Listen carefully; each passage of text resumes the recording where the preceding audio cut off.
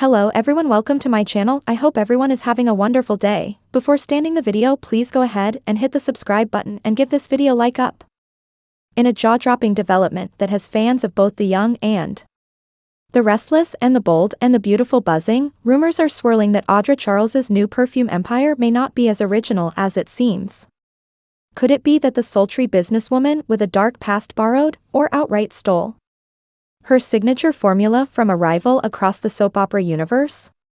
Let's dive deep into the swirling mist of scent, scandal, and sabotage as we investigate whether Audra's high-profile perfume launch is actually built on stolen secrets, and if so, who from the Forrester world might be involved. Part 1. The rise of Audra Charles, beauty, brains, and brutal ambition. Audra Charles has never been one to shy away from ambition. Since her debut on The Young and the Restless, she's played a fierce game of chess across Genoa City, maneuvering through romantic entanglements, corporate takeovers, and personal betrayals. So when she recently announced her plan to launch a luxury perfume brand under the Newman umbrella, it seemed like the next logical step for a woman who refuses to stay in anyone's shadow. Audra's new fragrance line, Seductress by Audra, debuted with fanfare, luxury advertisements, and a scent described as floral fire and smoky elegance. But almost instantly, soap fans across social media noticed a peculiar detail: the perfume's notes, black orchid, sandalwood, white tea, and a hint of neroli, sounded suspiciously familiar. That familiarity? It echoed a scent long connected to a character from The Bold and the Beautiful, Steffy Forrester. Part 2, A Scent of the Past, Steffy Forrester's perfume passion. Fans of The Bold and the Beautiful will remember Steffy's brief but memorable flirtation with the fragrance industry back in 2018. In a short arc, Steffy partnered with Forrester International's Paris division on a fragrance campaign that never quite got off the ground on screen, but according to soap canon and behind-the-scenes interviews, a complete scent formula was created. That perfume, tentatively named Empyrean, a smoky floral blend that included black orchid, sandalwood, white tea, and neroli. Yes, the exact notes now featured in Audra's Seductress. The similarities are too close for comfort.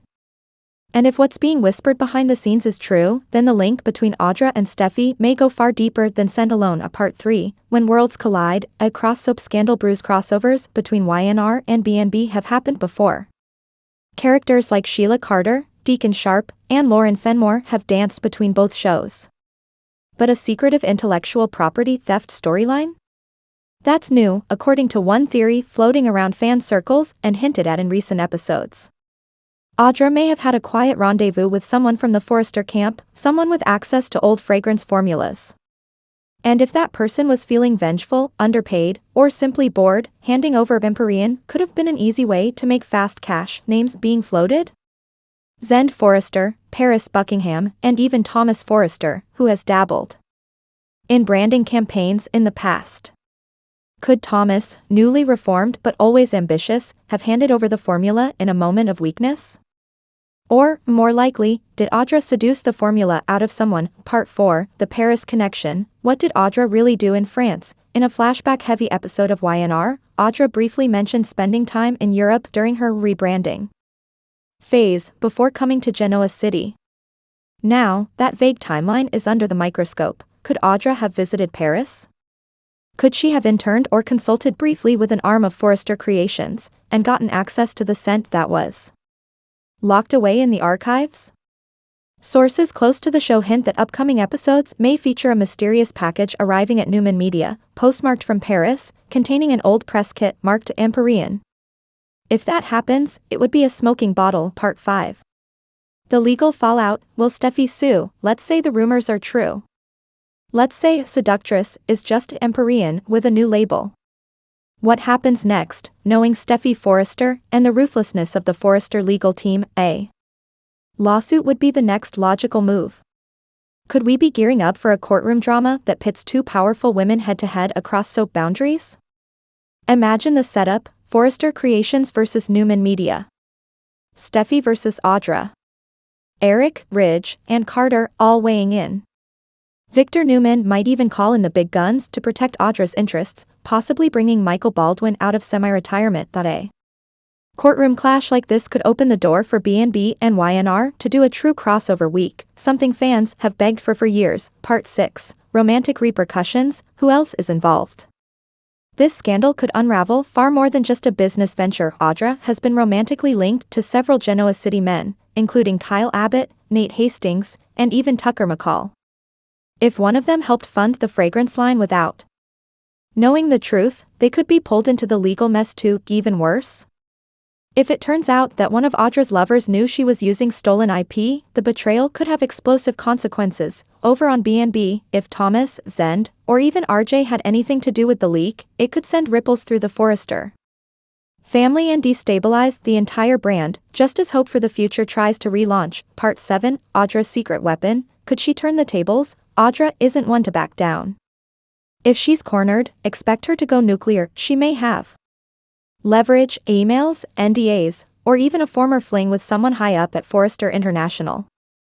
If she bought the formula under the table, she could argue that it was a legitimate purchase from someone acting as a private individual, not a Forrester rep. Could she expose corruption inside Forrester in the process?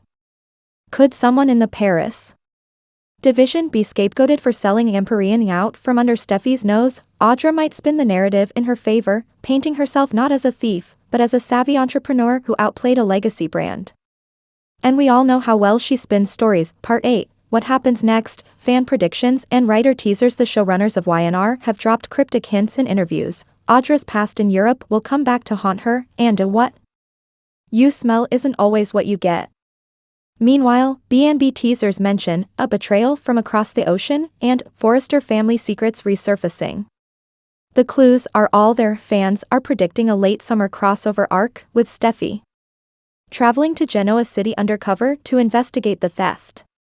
Others believe it will be Paris who shows up first, demanding answers with fashion and fury. Some are even calling for Sheila Carter to be the surprise link between both brands, perhaps as a silent investor in Audra's company or a hidden partner holding the formula files. Conclusion: a scented storm is brewing. Whether Audra stole the formula, borrowed it, or unknowingly built her empire on someone else's work, one thing's certain, this isn't over. With egos, empires, and reputations on the line, the Perfume scandal could be one of the juiciest storylines of the year. Could this be the start of a new era of soap crossovers? Could the worlds of the young and the restless and the bold and the beautiful become more connected than ever before? Or will this scandal explode in Audra's face, leaving her with nothing but the lingering scent of regret? Stay tuned, because what happens next could change the fragrance of daytime TV forever.